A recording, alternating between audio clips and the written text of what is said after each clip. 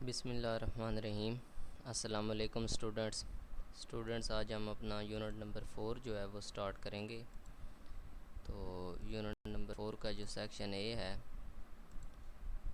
Function, तो function में हम डिस्कस करेंगे जी एक्सप्रेसिंग पॉसिबिलिटी एंड इम्पॉसिबिलिटी, कि हमने इसमें पॉसिबिलिटी भी एक्सप्रेस करनी है और इम्पॉसिबिलिटी जो है वो भी एक्सप्रेस करनी है। पॉसिबिलिटी क्या होती है और इम्पॉसिबिलिटी क्या होती है? पॉसिबिलिटी का मतलब होता है कोई मुमकिन चीज़, यानी कोई काम हो सकता हो, जिस काम को हम कर सकते हों, जिसके चांसेस हों होने के। और इम्पॉसिबिलिटी जो होती है वो होती है नामुमकिन सूरत हाल, यानी जब हम कोई काम ना कर सकते हों उसको हम इम्पॉसिबल कहते हैं, कि वो हमारे लिए मुमकिन नहीं है। तो बहुत ही आसान चीज़ है। सेक्शन ए जो है वो बहुत ही सिंपल है, बहुत ईजी है। समथिंग इज़ पॉसिबल, कोई काम ऐसा जो मुमकिन हो, एंड सर्टन और यकीनी हो, यानी जिसके होने के चांस ज़्यादा हों, इफ़ इट इज़ मीनिंगफुल। तो मतलब अगर उसका मतलब हमें समझ आ रहा हो कि वाकई ये काम हो सकता है। इसके बाद है something that makes no sense, इसके बाद कोई ऐसा काम है जिसकी कोई सेंस नहीं बन रही, जिसकी कोई समझ नहीं आ रही, यानी वो होने की तरफ नहीं जा रहा। एंड इज़ मीनिंगलेस, या फिर वो बेमानी है, बेमकसद है। इज़ इम्पॉसिबिलिटी, उसको हम इम्पॉसिबिलिटी कहते हैं। तो पॉसिबिलिटी क्या है? ऐसा काम जो मीनिंगफुल हो, सर्टन हो, जो हो सकता हो, पॉसिबल हो, उसको हम पॉसिबिलिटी कहते हैं।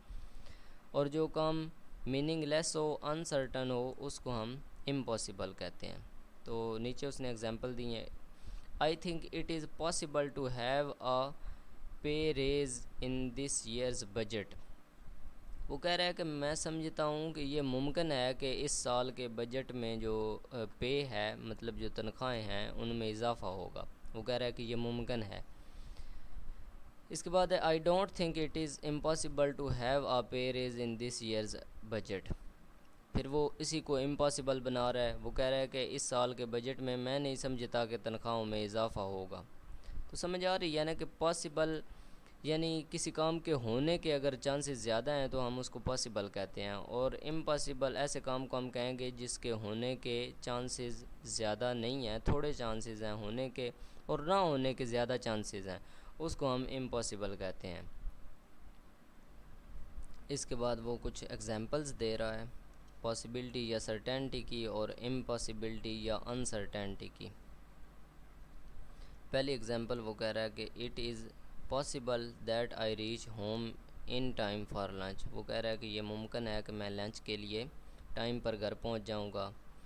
फिर वो कह रहा है I it may not be possible as I may get late due to some office emergency. वो कह रहा है कि ये पॉसिबल नहीं है, ये मुमकिन नहीं है कि मैं घर जल्दी पहुंच जाऊं, क्योंकि ऑफिस एमरजेंसी की वजह से मैं कुछ देर लेट हो जाऊंगा। तो यहाँ पे मे नॉट बी पॉसिबल यूज़ हुआ है और यहाँ इज़ पॉसिबल यूज़ हुआ है। तो ये दोनों एक्सप्रेशंस जो हैं वो पॉसिबिलिटी और इम्पॉसिबिलिटी को एक्सप्रेस करने के लिए यूज़ हुए हैं। इसके बाद दूसरी एग्जांपल वो लिख रहा है it is quite possible that I face no traffic rush on road and reach home on time. वो कह रहा है कि ये मुमकिन है कि ट्रैफिक का रश ज़्यादा ना हो और मैं घर जल्दी पहुंच जाऊं। फिर वो इसी को इम्पॉसिबिलिटी के तौर पर एक्सप्रेस कर रहा है। It is really not possible to join my family for lunch because there is so much traffic mess on the road during that time. वो कह रहा है कि मैं अपनी फ़ैमिली को, ये मुमकिन नहीं है कि फ़ैमिली को लंच के लिए ज्वाइन कर लूँ, क्योंकि ट्रैफिक में बहुत ज़्यादा रश हो सकता है, तो इसलिए मैं जल्दी नहीं पहुँच सकता।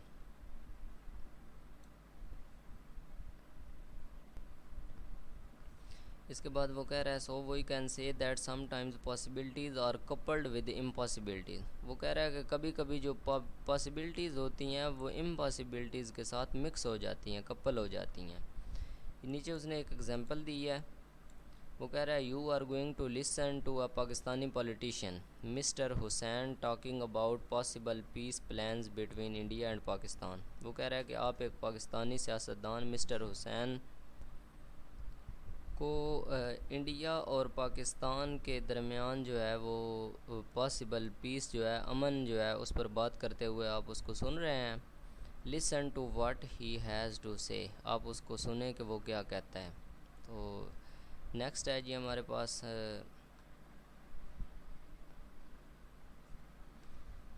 अच्छा जी, ये है रिकॉर्डेड टेक्स्ट, मिस्टर हुसैन जो है उसका बयान है, तो इसको हम पढ़ते हैं। इसमें अब दो चीज़ें हैं, कुछ पॉसिबिलिटीज़ हैं और कुछ इम्पॉसिबिलिटीज़ हैं। इसके बाद नीचे एंड पे उसने इस इन पॉसिबिलिटीज़ और इम्पॉसिबिलिटीज़ को अलग-अलग करके लिखा है। तो उसने कहा इसको पढ़ें और इसको अलग करें, इसमें पॉसिबिलिटीज़ जो हैं और इम्पॉसिबिलिटीज़ जो हैं दोनों को अलग करें। तो सबसे पहले वो लिखता है, there are many possibilities under consideration that can help solve the long standing disputes between India and Pakistan. वो कह रहा है कि यहाँ पर बहुत सारी पॉसिबिलिटीज़ हैं, अंडर कंसिड्रेशन यानी सोच में आती हैं, that can help to solve the long standing disputes between India and Pakistan, जो पाकिस्तान और इंडिया के दरमियान लॉन्ग स्टैंडिंग लंबे अरसे से चलता हुआ डिस्प्यूट्स झगड़े, लंबे अरसे से चलते हुए झगड़ों को सॉल्व करने में, हल करने में मदद दे सकती हैं। तो वो कह रहा है बहुत सारी पॉसिबिलिटीज़ हैं। तो समझ आ रहा है फ़िक्रा हमें कि ये पॉसिबिलिटी है। ये वाला जो सेंटेंस है इसको हम पॉसिबिलिटी कह सकते हैं, यानी काम होने के चांसेस हैं, ज़्यादा चांसेस हैं। वो कह रहा है कि बहुत सारे पॉसिबिलिटीज़ हो सकती हैं इस झगड़े को ख़त्म करने में। फिर अब यहाँ से आगे बट, लेकिन, तो यहाँ से एक इम्पॉसिबिलिटी शुरू हो रही है कि यानी इसमें कुछ मसाइल भी हैं, पॉसिबिलिटीज़ हैं लेकिन आगे, दीज ऑप्शन सीम इम्पॉसिबल, लेकिन वो कह रहा है कि ये वाले ऑप्शन जो हैं वो इम्पॉसिबल मालूम होते हैं। क्यों? To be accepted by various players involved in the peace process. वो कह रहा है कि अमन के अमल में जो बहुत सारे प्लेयर्स इन्वॉल्व हैं, प्लेयर्स मतलब ये वो दूसरे गेम खेलने वाले प्लेयर्स नहीं, यानी जो सियासत में सियासतदान हैं या जो खुद गर्ज लोग हैं, मफाद परस्त लोग हैं, जो अपने मफाद के लिए काम करते हैं, वो जो हैं वो इस बात को एक्सेप्ट नहीं करेंगे, कबूल नहीं करेंगे। तो समझ आपको आ गई होगी, पहला फ़िक्रा जो है वो पॉसिबिलिटी था और दूसरा इम्पॉसिबिलिटी था।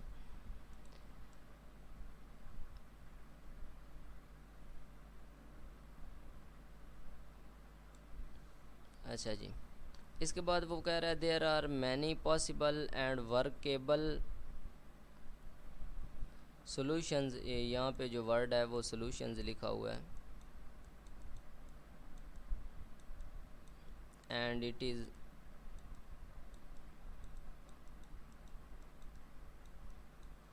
there are many possible and workable solutions and it is quite possible that we may reach to the consensus on many issues।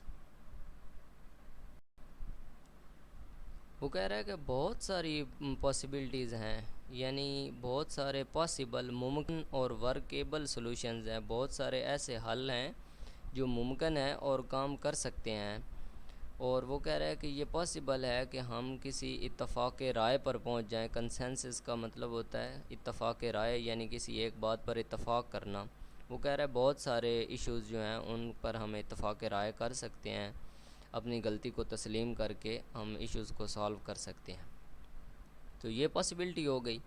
However, ताहम, there are some uncertainties too, लेकिन वो कह रहा है कुछ गैर यकीनियाँ भी हैं। अब ये फिर इम्पॉसिबिलिटी की बात कर रहा है, because it is not possible to convince everybody on each and every issue because there might be some disagreements. वो कह रहा है कि यहाँ पर कुछ गैर यकीनियाँ भी हैं, क्योंकि हम हर बंदे को हर इशू के ऊपर कन्विंस नहीं कर सकते, उसको हम कायल नहीं कर सकते कि इस तरह होना चाहिए, क्योंकि हर बंदे का अपना अपना माइंड होता है, हर बंदा जो है वो अलग से सोचता है, इसलिए डिसएग्रीमेंट्स हो सकते हैं। इस वजह से कुछ गैर यकीनी है। तो ये फिर ये वाला जो सेंटेंस है ये डिसएग्रीमेंट है, सॉरी इम्पॉसिबिलिटी है। Let me discuss some possibilities and impossibilities involve in the dispute. वो कह रहा है कि झगड़े के अंदर जो शामिल हैं कुछ पॉसिबिलिटीज़ और कुछ इम्पॉसिबिलिटीज़ मैं उनको यहाँ पे डिस्कस करता हूँ। अच्छा जी, सबसे पहले पॉसिबिलिटी, जो पॉसिबिलिटी 1 है, इंटरनेशनल बॉर्डर। सबसे पहली पॉसिबिलिटी वो ये पेश कर रहा है कि जो इंडिया और पाकिस्तान के दरमियान लाइन ऑफ कंट्रोल है उसको इंटरनेशनल बॉर्डर बना देना चाहिए। वो कह रहा है वन ऑप्शन इज़ और possibility is to turn the line of control between India and Pakistani Kashmir into an international border. वो कह रहा है इंडियन और पाकिस्तानी कश्मीर के दरमियान जो लाइन ऑफ कंट्रोल है उसको इंटरनेशनल बॉर्डर बना रहे हैं, तो ये एक पॉसिबिलिटी है इस झगड़े को ख़त्म करने की, तो ये पॉसिबिलिटी हो गई। However, such a plan would be impossible and unacceptable both to Pakistan and many Kashmiris living on either side of line of control। लेकिन वो कह रहा है कि आगे एक इम्पॉसिबिलिटी भी है, इस काम के होने की इम्पॉसिबिलिटी ये है कि पाकिस्तान और जो इंडियन कश्मीर है लाइन ऑफ कंट्रोल की दोनों तरफ दोनों साइड्स पर रहने वाले जो लोग हैं वो इस बात को कबूल नहीं करेंगे, ये उनके लिए नाकाबिले कबूल होगी, तो ये इम्पॉसिबिलिटी होगी। मतलब पहला सेंटेंस जो है वो पॉसिबिलिटी है और दूसरा सेंटेंस जो है वो इम्पॉसिबिलिटी है। इसके बाद पॉसिबिलिटी 2 वो कह रहा है लेट कश्मीरीज चूज़। वो कह रहा है कि कश्मीरी जो हैं उनको चूज़ करने दें कि वो किस तरफ जाना चाहते हैं। तो वो कह रहा है another possibility would be a plebiscite. वो कह रहा है एक दूसरा ऑप्शन जो है, दूसरी पॉसिबिलिटी जो है वो प्लेबिसाइट है। प्लेबिसाइट कहते हैं राय शुमारी को, यानी जो वोटिंग होती है ना उसको हम प्लेबिसाइट कहते हैं, वोट करवाना, राय शुमारी करवाना।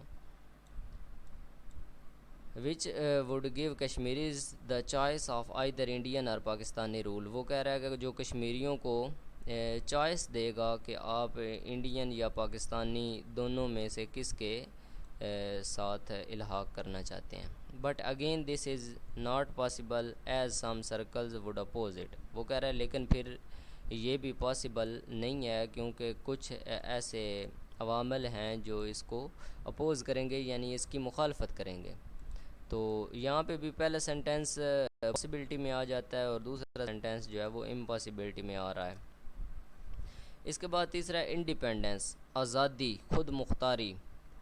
A 5-phase formula for independence to be overseen by a UN committee, यानी united nation committee, may be quite possible. वो कह रहा है कि ये इंडिपेंडेंस का एक फार्मूला, यानी कश्मीर को बिल्कुल आज़ाद रियासत बना दिया जाए, तो ये भी वो कह रहा है कि कुछ हद तक पॉसिबल है।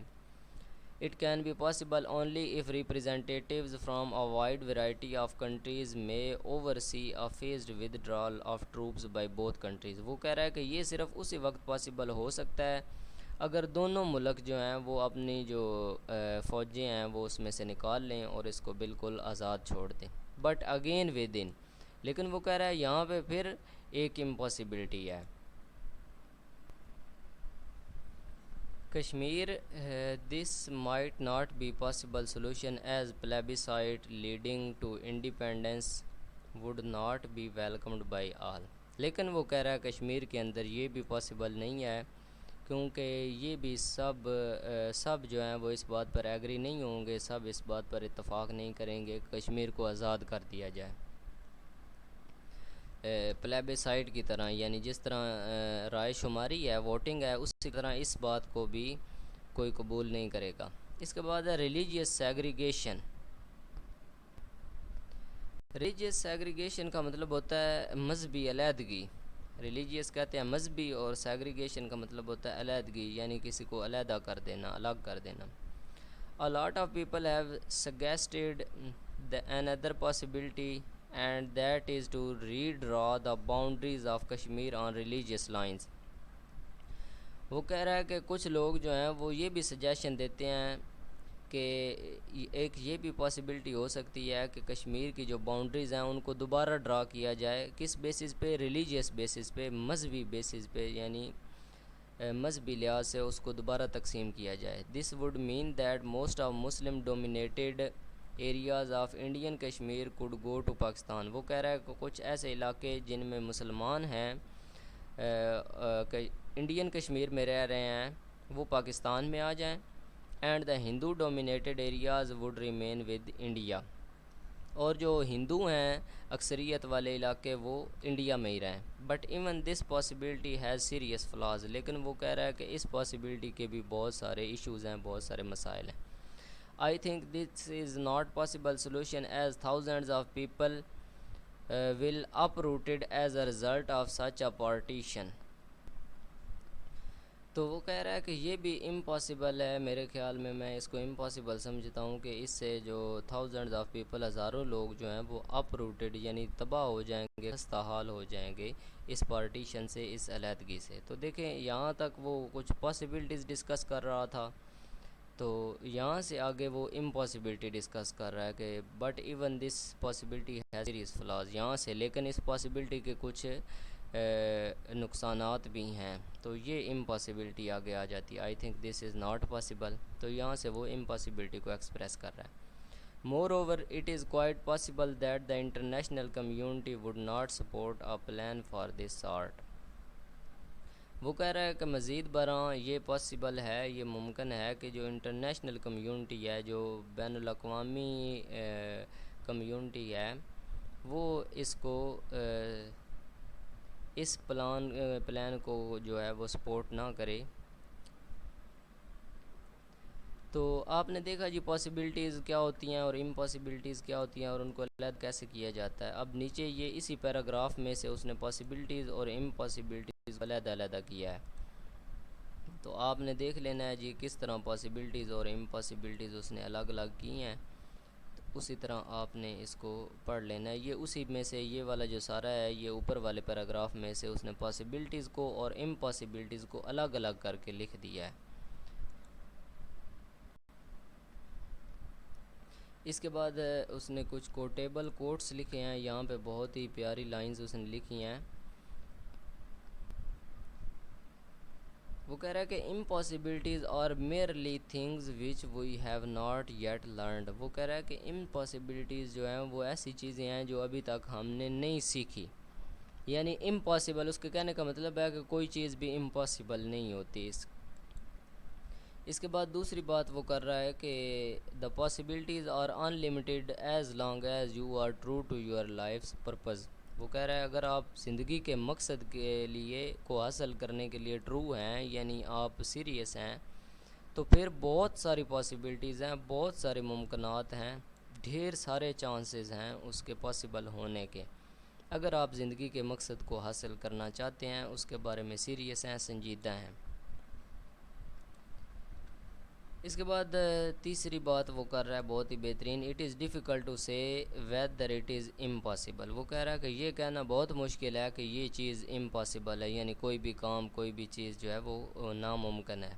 For the dream of yesterday, इसलिए कि जो आपके गुज़रे हुए कल का ख्वाब है, is the hope of today, वो आपके आज की उम्मीद है, and is the reality of tomorrow, और आपके जो आने वाला कल है उसकी वो हकीकत है।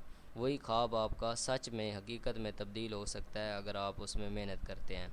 तो वो कह रहा है कि ये नहीं कहना चाहिए कि ये काम नामुमकिन है, बल्कि जो आप ख्वाब देखते हैं, आपने गुज़रे हुए दिन में जो ख्वाब देखा वो आपके मौजूदा आज वाले दिन की उम्मीद है और फिर आने वाले दिन की वो हकीकत है। इसके बाद है बी कम आ पॉसिबिलिटेरियन। वो कह रहा है कि पॉसिबल रहें, हर काम को पॉसिबल सोचें कि ये काम मुमकिन है, ये हो सकता है, मैं कर सकता हूँ। No matter how dark things seem to be. वो कह रहा है कि बेशक चाहे चीज़ें जितने भी अंधेरे में हैं, जितनी भी मुश्किल हैं, जितनी भी गहराई में हैं, रेज़ योर साइट्स, अपनी जो नज़रें हैं, साइट्स जो हैं उनको वसी करें, उनको बढ़ाएं, and see possibilities always see them, और जो पॉसिबिलिटीज़ हैं उनको देखें, महसूस करें। For they are always there, और वो कह रहा है कि हर वक्त आपके आसपास होती हैं पॉसिबिलिटीज़, कोई भी चीज़ जो है वो नामुमकिन नहीं होती, इम्पॉसिबल नहीं होती। तो बहुत ही प्यारी बातें जो हैं, बहुत ही मोटिव थिंग्स जो हैं, लाइंस उसने यहाँ पे लिखी हैं आपको मोटिवेट करने के लिए कि आपको कभी भी हौसला नहीं हारना चाहिए, और किसी भी काम को नामुमकिन नहीं समझना चाहिए। हर काम मुमकिन होता है, हर काम के सॉल्यूशंस होते हैं, हर काम के हल होते हैं, और हर काम जो है वो इंसान कर सकता है। कोई भी ऐसा काम नहीं जो इंसान के लिए नामुमकिन हो।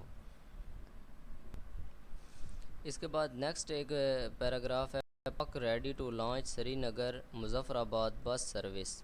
वो कह रहा है पाकिस्तान जो है वो श्रीनगर से मुजफ़्फ़राबाद वाली बस जो है वो उसको लॉन्च करने के लिए एग्री है, रेडी है, तैयार है। तो इसको पढ़ें जी। ये वाला पैराग्राफ जो है इस न्यूज़ को पढ़ के इसमें कुछ पॉसिबिलिटीज़ होंगी, कुछ इम्पॉसिबिलिटीज़ होंगी। आपने गैस करना है कि कौन सी उसने पॉसिबिलिटी बयान किया है और कौन सी इम्पॉसिबिलिटी बयान की है। तो वेरी इजी है, वेरी सिंपल है, आपने आसानी से इनको गैस कर लेना है। तो इस वाले पेज पे उसने यही ऊपर वाले पैराग्राफ को डिस्कस किया कि इसमें पॉसिबिलिटीज़ और इम्पॉसिबिलिटीज़ को डिस्कस करें। तो ये आपने थोड़ा सा इसका रिव्यू ले लेना है, कोई इसमें मुश्किल बात नहीं है। इसके बाद उसने यहाँ पे बहुत ही इम्पोर्टेंट जो बात है वो डिस्कस की हुई है, we can express possibility and impossibility in various different ways. वो कह रहा है कि हम पॉसिबिलिटी और इम्पॉसिबिलिटी को मुख्तलिफ़ तरीक़ों से रिप्रेजेंट करते हैं। For example, we can be very sure and certain, we cannot be really sure, and it's likely 50-50, and at times we are very little sure and we know that it is not possible। वो कह रहा है कि कभी कभी हम बिल्कुल sure होते हैं, हम यकीन हमें होता है कि ये काम हो सकता है, बिल्कुल 100% श्योर होते हैं, जिसको हम कहते हैं कि 100% यकीनी कोई बात हो, तो उसको हम पॉसिबिलिटी कह सकते हैं। इसके बाद कोई काम 50-50 उसको हम बिल्कुल सर्टेनिटी भी कह सकते हैं कि ये तो बिल्कुल यकीनी है, हो जाएगा। इसके बाद कुछ काम ऐसे होते हैं जो 50-50 होते हैं, हो भी सकते हैं, नहीं भी हो सकते हैं। इसके बाद कुछ काम बिल्कुल ऐसे होते हैं जो वेरी लिटल श्योर, जिनके बारे में बहुत ही कम चांसेस होते हैं कि वो थोड़े ही चांसेस हैं कि ये हो जाएं, अदरवाइज़ नहीं हो सकते, तो उनको नॉट पॉसिबल या इम्पॉसिबल कहते हैं। तो वो कह रहा है कि नीचे डिग्रीज़ उसने अलग-अलग बताई हैं कि 3 डिग्रीज़ हैं, उनके अंदर हम पॉसिबिलिटी और इम्पॉसिबिलिटी को हम डिस्कस कर सकते हैं। अच्छा जी, सबसे पहले वो कह रहा है डिग्री ऑफ सर्टेनिटी अगर हाई हो, अगर आपकी सर्टेनिटी की डिग्री हाई हो, यानी बहुत ज़्यादा चांसेस आपको नज़र आ रहे हों होने के, यानी ये उसने देखें ये पैमाना जो है ये फिल कर दिया, ये आपको रेड लाइन जो नज़र आ रही है ना, अगर 100 पे हो, बिल्कुल फुल आपका जो आपको एतमाद हो, आपको यकीन हो कि ये काम बिल्कुल 100% हो सकता है, तो फिर आप क्या करेंगे, आप विल का यूज़ करेंगे, use of will, very certain. अगर आपकी डिग्री ऑफ सर्टेनिटी हाई हो, बहुत ही ज़्यादा यकीन हो, तो फिर आप क्या यूज़ करेंगे, आपने विल यूज़ करना है। एग्जाम्पल उसने दी है, Pakistani pop music industry will flourish in the coming years. वो कह रहा है कि पाकिस्तान की जो पॉप म्यूज़िक इंडस्ट्री है वो आने वाले सालों में चमक जाएगी, तो उसको यकीन है, तो यकीन से कह रहा है, इसलिए यहाँ पे उसने विल यूज़ किया है। इसी तरह अगर आप एग्ज़ाम्पल दें कि मैं कल लाहौर जाऊँगा, तो I will go to Lahore tomorrow, मैं कल लाहौर जाऊँगा, तो मुझे यकीन है कि मैं कल लाहौर जाऊंगा, तो इसलिए मैंने विल यूज़ किया। तो अगर आपको यकीन हो, आपको 100% चांसेस लग रहे हों कि ये काम बिल्कुल मुमकिन है, हो सकता है, हो जाएगा, तो फिर आपने विल यूज़ करना है। इसके बाद अगर degree of certainty somewhat certain, अगर 50% हो, 50-50 हो, मतलब ये उसने लाइन आपको ड्रा करके बताई है, अगर आपके यहाँ तक चांसेस हों, 50 तक हों और 50 तक चांसेस ना हों, तो फिर आपने क्या करना है, यूज़ ऑफ माइट इस्तेमाल करना है, मे इस्तेमाल करना है, या कुड इस्तेमाल करना है। ये 3 इस्तेमाल करने हैं अगर आपके चांसेस 50-50% है, यानी पॉसिबिलिटी है, हो भी सकता है, नहीं भी हो सकता। ठीक हो गया। Piracy might destroy the music recording industry. अच्छा जी, वो कह रहा है कज़ाकी जो है वो म्यूज़िक रिकॉर्डिंग इंडस्ट्री जो है, म्यूज़िक रिकॉर्ड करने वाली इंडस्ट्री को तबाह कर सकती है, माइट कर सकती है, यानी चांसेस हैं 50-50%, ये पॉसिबल है, पॉसिबिलिटी है। पायरेसी कहते हैं कज़ाकी को, यानी जो अटैक्स होते हैं, बहरी कज़ाक आपने सुने होंगे, जो बहरी जहाज़ों पर अटैक करते हैं। इसके बाद दूसरी एग्जांपल दे रहा है, piracy could reduce artists royalties. वो कह रहा है पायरेसी जो है वो आर्टिस्ट्स को, जो फ़नकार होते हैं, उनको भी कम कर सकती है, रिड्यूस कम कर सकती है। रॉयल्टीज़ जो होती है वो कहते हैं हेड ऑफ स्टेट को, या जो रॉयल होते हैं, रॉयल ब्लडेड, जो यानी रॉयल फैमिली से होते हैं। इसके बाद है the entertainment industry may negotiate a way to safeguard profits and royalties. वो कह रहा है कि जो सैर व तफरीह वाली इंडस्ट्री है वो भी इसको बहुत ज़्यादा प्रॉफिट दे सकती है और रॉयल्टीज़ दे सकती है, तो इसलिए वो भी जो है वो म्यूज़िक इंडस्ट्री उसको नुकसान पहुंचा सकती है, तो मे यहाँ पे भी यूज़ हुआ है। इसके बाद है degree of certainty very low. अगर बहुत ही कम चांसेस हों, यानी ये आपको नज़र आ रहा है स्केल, इसमें चांसेस जो ये रेड लाइट वाले ये रेड कलर जो है वो चांसेस हैं बहुत ही कम, लो चांसेस है। तो फिर आपने माइट नॉट यूज़ करना है, यानी ये नहीं हो सकता, पॉसिबल नहीं है, इसके चांसेस कम हैं। डाउटफुल भी यूज़ कर सकते हैं, यानी इसके बारे में हमें डाउट है, हो भी सकता है, नहीं भी हो सकता, यानी कम चांसेस। अनलाइकली कि ये बदकिस्मती से नहीं हो सकता। अनसर्टन भी यूज़ कर सकते हैं। तो इसकी एग्जांपल्स हैं जी, म्यूज़िक पायरेट्स माइट नॉट पे एनी हीड टू वार्निंग्स। तो वो कह रहा है म्यूज़िक पायरेट्स जो हैं, अब पायरेट्स उसी पायरेसी से निकला है, कज़ाकी से। पायरेट्स वो होते हैं जो कज़ाक होते हैं, जो अटैक करने वाले होते हैं। अब यहाँ पे म्यूज़िक पायरेट्स इस्तेमाल होते हैं, यानी म्यूज़िक पर अटैक करने वाले, म्यूज़िक को चोरी करने वाले, कॉपीराइट करने वाले। तो यहाँ पे अब बहरी जहाज़ों की तो बात नहीं ना हो रही, म्यूज़िक की बात हो रही है। तो म्यूज़िक पर अटैक करने वालों का मतलब है जो म्यूज़िक चुरा लेते हैं, चोरी कर लेते हैं, कॉपी कर लेते हैं। तो वो जो है वो माइट नॉट पे एनी हीड टू वार्निंग्स। वो कह रहा है कि उसकी वार्निंग्स पर कोई तवज्जो नहीं दी जा सकती, इसलिए वो म्यूज़िक को नुकसान पहुंचा सकती है, यानी उस पर वार्निंग होनी चाहिए कि म्यूज़िक जो है उसको चोरी ना किया जाए। It is doubtful that music piracy will decrease. वो कह रहा है कि ये डाउटफुल है, ये यकीनी नहीं है कि म्यूज़िक पायरेसी जो है, म्यूज़िक की कज़ाकी जो है उसको कम किया जाए। इसके बाद है it is unlikely that the music companies take any action against the music pirates. वो कह रहा है कि ये बदकिस्मती से बहुत ही नामुमकिन है कि म्यूज़िक की जो कंपनियां हैं वो म्यूज़िक के जो कज़ाक हैं उनके ख़िलाफ़ कोई एक्शन लें। तो ये आपने देखा पॉसिबिलिटीज़ और इम्पॉसिबिलिटीज़, बहुत ही आसान, यहाँ पर उसने बहुत ही आसान लफ्ज़ों में समझा दिया है कि अगर आपके पास 100% चांसेस हैं तो आपने विल यूज़ करना है, 50-50% चांसेस हैं तो माइट में या कुड इस्तेमाल करना है। इसके बाद बहुत ही कम चांसेस हैं तो माइट नॉट या डाउटफुल या अनसर्टन या अनलाइकली आपने यूज़ करना है। इसके बाद वो कह रहा है कि दो वर्ड्स हैं, मे बी और परहैप्स, और दोनों का मतलब एक ही है। वो कह रहा है कि स्टूडेंट्स जो हैं कंफ्यूज होते हैं कि मे बी कहाँ पे यूज़ होना है और परहैप्स कहाँ पे यूज़ होना है। दोनों का मीनिंग इंग्लिश के अंदर एक ही है और इनको यूज़ आपने कैसे करना है। तो वो कह रहा है कि